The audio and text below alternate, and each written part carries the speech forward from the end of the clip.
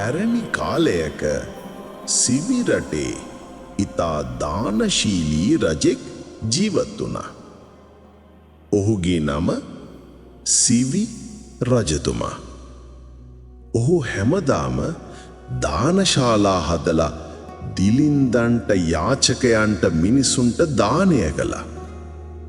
රජුගේ කරුණාව ගැන මුළු රටම කතා කළා. දවසක් රජතුමා සිතුවා මම දිනපතාම බොහෝ දානිය කරනවා. නමුත් යමෙකු මගෙන් මගේ ශරීරයෙන් යමක් ඉල්ලුවොත් මම ඒකත් සතුටින් දානය කරනවා. මේ සිතුවිල්ල දැනගත්ත ශක්‍ර දෙවියන් රජුගේ කරුණාව පරීක්ෂා කරන්න සිතුවා. ඔහු අන්ධ බ්‍රාහ්මණයෙක් ලෙස වේශගෙන රජතුමා දානශාලාවට යන මාර්ගයේ සිටියා. රජතුමා ඔහුට ළඟා වුණා. බ්‍රාහ්මණයා කීවා, මහරජතුමනි, මම අන්ධයෙක්. ඔබට ඇස් දෙකක් තියෙනවා. මට එක ඇසක් දානය කරන්න. මේ ආසා රජතුමා බොහෝ සතුටු වුණා.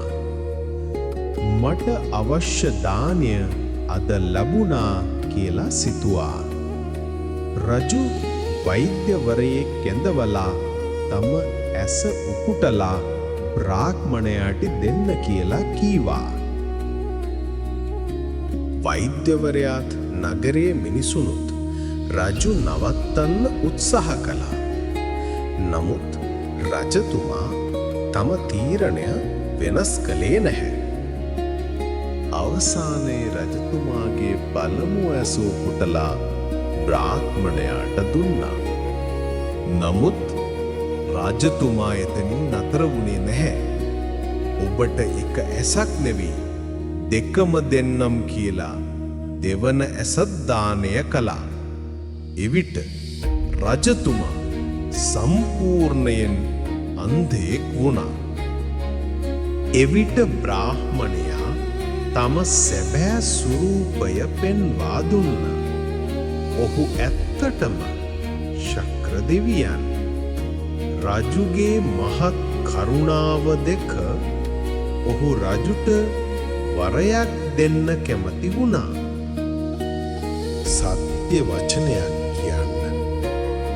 එවිට රජතුමා මෙසේ කීවා, කවුරු හරි මගෙන් යමක් ඉල්ලලා આવොත් මම ඒක සතුටින් දානය කරනවා. එම සත්‍ය වචනේ බලයෙන් රජතුමාගේ ඇස් නැවත උපන්නා.